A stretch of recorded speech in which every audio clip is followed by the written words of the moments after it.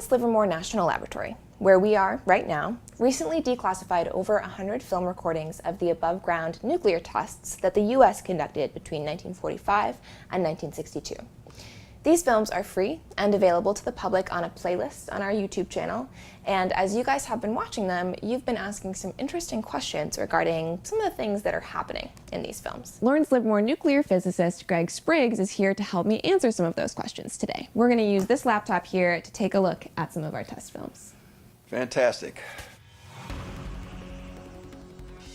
We stopped above-ground nuclear testing in 1962, and we stopped underground nuclear testing in 1992. So aside from being an interesting relic of our nuclear past, what do these test films help us do? The data that was obtained from these detonations is used today to help validate our computer codes. Since we stopped testing nuclear weapons, and as a result, we also stopped designing nuclear weapons. So now we do everything with big computer codes and simulations. But the code is a computer code, and it may give you a bogus answer, and you need to validate that against some real data. And this benchmark data that we obtain from the films is basically what we're normalizing our computer codes to. So these are very, very important films. What new things can we see now that the films are on a computer that we maybe couldn't see when they were in physical form? The way they read the films back in the 1950s, they used a device called a codograph, which was basically just an image enlarger. And it involved humans putting this film into this codograph, measuring, moving things around, and then trying to read it by eye. What we're doing now with the computer, though, is we're able to read the optical density on the film and get a much more accurate measure of the shock wave as a function of time. And so the uncertainty of the yield determinations has dropped from about plus or minus 10% down to about plus or minus 1%. Sure, not as much human error. Instead of taking weeks to measure one particular film, it now takes us just a matter of minutes to do it. Yeah. So we're able to analyze more films than what was done back in the 1950s, and we end up with much more accurate data and a more complete record of what the data is on that film. So this is what the value of these films are now. There are things that we're doing that they didn't even think of doing back in the 50s or didn't have the technology to do. So we've got more data, more accurate data, new techniques, and we're using all of that to plug into the computer codes that we use now to simulate nuclear detonation. That's correct. From beginning to end, can you sort of walk us through the big basics of what's happening in each of these detonations? When a nuclear detonation goes off, you end up fissioning uranium or plutonium, some sort of nuclear fuel, and it produces this huge amount of energy in a very small volume. There are 4 effects caused from a nuclear detonation, 4 major effects. The first one is prompt radiation that's being emitted by the fission process. So you get prompt gammas and prompt neutrons and neutrinos and so forth. The next effect that we see is the thermal output. When the detonation occurs, about 86% of the energy that's released from the detonation goes into heating up the air, so the air becomes very hot. The third effect is the shock wave, this high temperature plasma that's formed in this primary or in the weapon itself starts to push on the surrounding air, and it creates a shock wave. And that shock wave is moving very, very fast. It's moving about Mach 100, and as a result, it's very, very hot. So as the shock wave expands, it starts to cool. And in this film here, as you watch it go out, you see it's bright initially, but that's because the shock wave is very, very hot, putting out lots of visible light. Right. And the next frame, the intensity comes down a little bit, and the reason it comes down is because the shock wave is considerably cooler, but it's still hot enough that it's opaque to the hot gases on the inside. So we have this very hot ball of gases, but you can't see it. All you're really looking at is the surface temperature of the shock wave. When the shock wave finally drops down below the Draper temperature of 525 degrees, it disappears off the film, and it's completely transparent to light, and so as you continue out a couple more frames, the light intensity comes back up again. And that's because the hot gases are now able to shine through. I see. So it's almost like the shock wave is like the shell covering up the hot gases on the inside, and once that disappears as it cools off, then you've got the hot gas on the inside. Exactly. So there are 2 distinct pulses associated with a nuclear detonation. You don't see that with a conventional weapon. The reason is that the gases inside a conventional weapon don't get nearly as hot as they do on a nuclear detonation. I see. So this particular shot was out in the Pacific. It was a tower shot. They put these on towers on this particular island out here, and I believe this was Inuitak. The moisture out in the Pacific was always on the order of almost 80 to 90%. Most of the time it was close to 100%. So you get this Wilson cloud effect, which obscures the fireball. When we do airdrops, we don't have a Wilson cloud. Usually the airdrop is up high enough. In the Pacific, we did it up high enough that you didn't have that much moisture, or at the Nevada test site where the normal surface humidity was very, very low. So you don't see this Wilson cloud on most of the airdrops.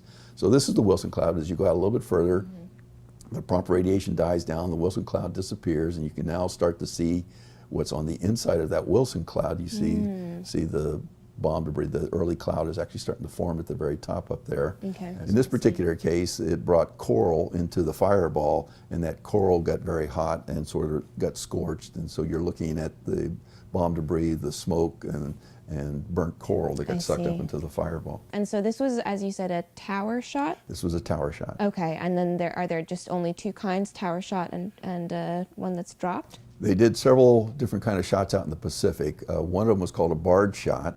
These were the very high yield ones. They didn't want to drop them out of a plane, so they put them on a barge, and they would float the barge out into the deep water region around the Pacific. And then they did another series of shots where airdrops out in the Pacific. Most of these were done during Operation Dominic in 1962, and those really show the double pulse that I was trying to explain earlier. At the Nevada test site, they added one more category. They had these helium balloons. They would put the bomb into the gondola underneath the balloon, and they would tether the balloon onto the surface. And they did about 40 different balloon shots, and they stopped doing it. The top part of the fireball was distorted because of the helium balloon. And then they had these lines, these tether lines, and you would see these spikes coming off of the bottom of the fireball, which was the cables that were actually vaporizing during the detonation itself. Oh, because that's one of the questions that we often get on some of these. I think I've got one of these. Some people call them like the protrusions or the legs that come off the fireball here. This is a function of how they were carried to their detonation site. Right.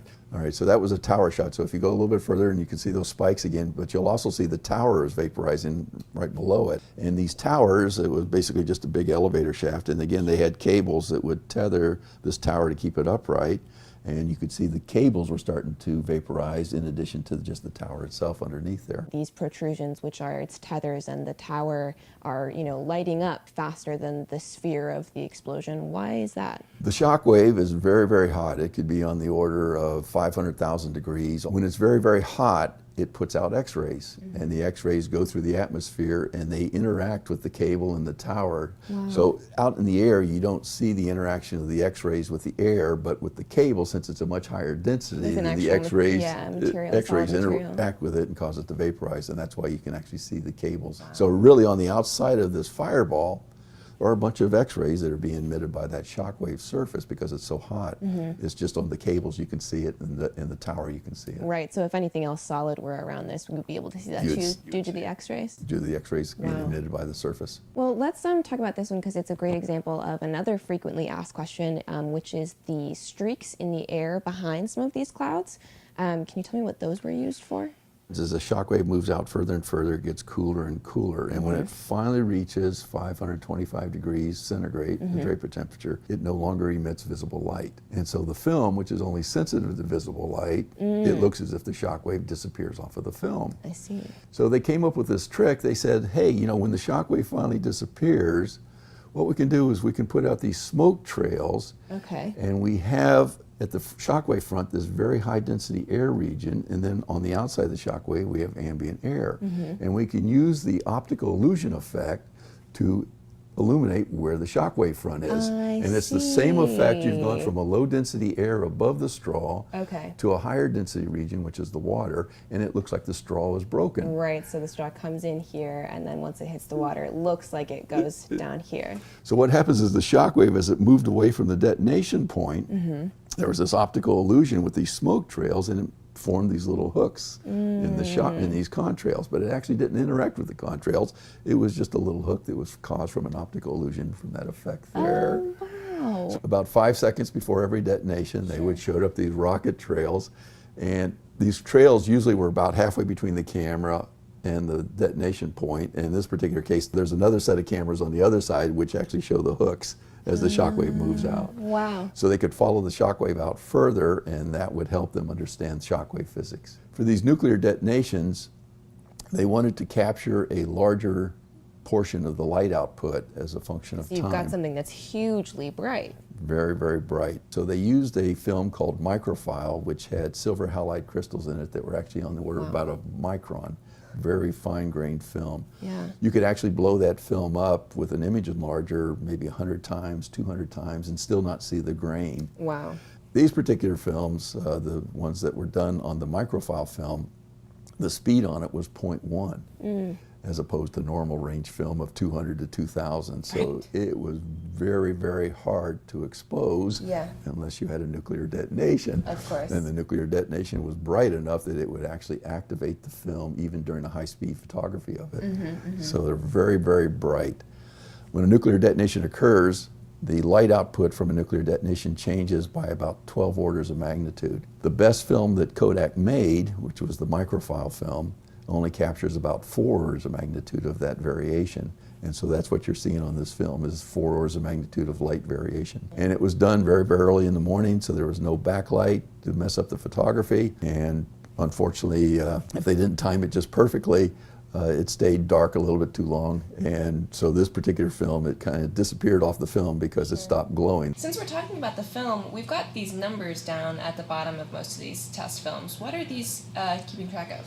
When we render the film, this particular scanner that we're using is a true frame-by-frame counter. It captures each individual frame, and we like to keep track of that so that when we measure the data, we have an absolute reference number here. So that we just simply put the frame number down at the bottom.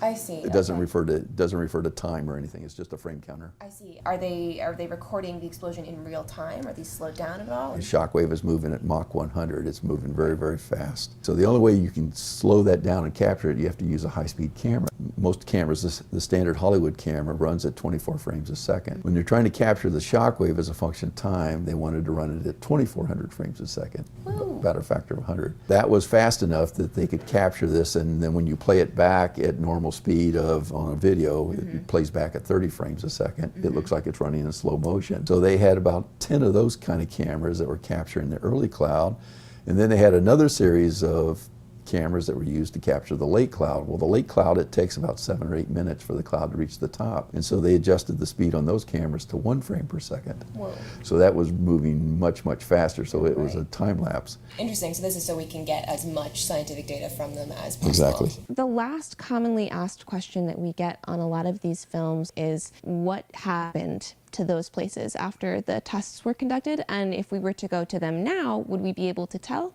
Are there any lasting impacts from the tests that were done there? At the Nevada test site, after the atmospheric testing was done, they went underground and they started making what were called subsidence craters. So you would detonate this several thousand feet underground, and it would vaporize a certain amount of soil underneath, which would then cause a cavity to form, and then the weight of the soil above would basically collapse into this cavity, and it would cause a crater on the surface. Those are called subsidence craters. We did about 800 of those underground tests, and we did 200 atmospheric shots. So if you went out to the Nevada test site, you might be able to find maybe a half a dozen different areas where they had the original fallout plume where it went to the ground. They usually have it fenced off, so you can't get into it. They monitor this constantly. They have remote solar-powered monitors out there so that nobody happens to wander into it and they can monitor it. They do a lot of cleanup out there also. So if they had one site they wanted to clean up, they would basically go in there and scrape off the top 4 or 5 inches of soil and put it in barrels and bury it. Wow. So the site out there is basically pretty clean. So yeah, there's not very much out there anymore. It's just they maintain it because it is a radiation area. In the Pacific, they did a lot of shots at the Bikini Atoll and Inuitak, and those areas are closed off to the public. They actually went out and did scrape off some of the coral sand that was on the surface that was contaminated and replaced it with fresh sand. But when you go out into the lagoon itself, there was no way to practically clean up all of that radioactive material that's underneath the water. So it's basically closed off to the public, so you really can't go out and see that. We use these test films to help validate our nuclear models that we use on our supercomputers. But why would you say is that important, Greg? Why are we doing that? We use the atmospheric test data and some of the underground test data to basically validate our computer code so that we can continue to monitor the nuclear stockpile for the United States and certify that indeed if we ever have to use it, that it would work the way it was intended to work. Okay, well, I think that answers all of the frequently asked questions, Greg. Thanks for stopping by and talking to me about it. You're welcome. Really appreciate it. Thank you for having me. We learned a lot today, not only about our country's nuclear testing past, but also what we're still learning from these films decades later. It's all part of this lab's responsibilities around something called stockpile stewardship.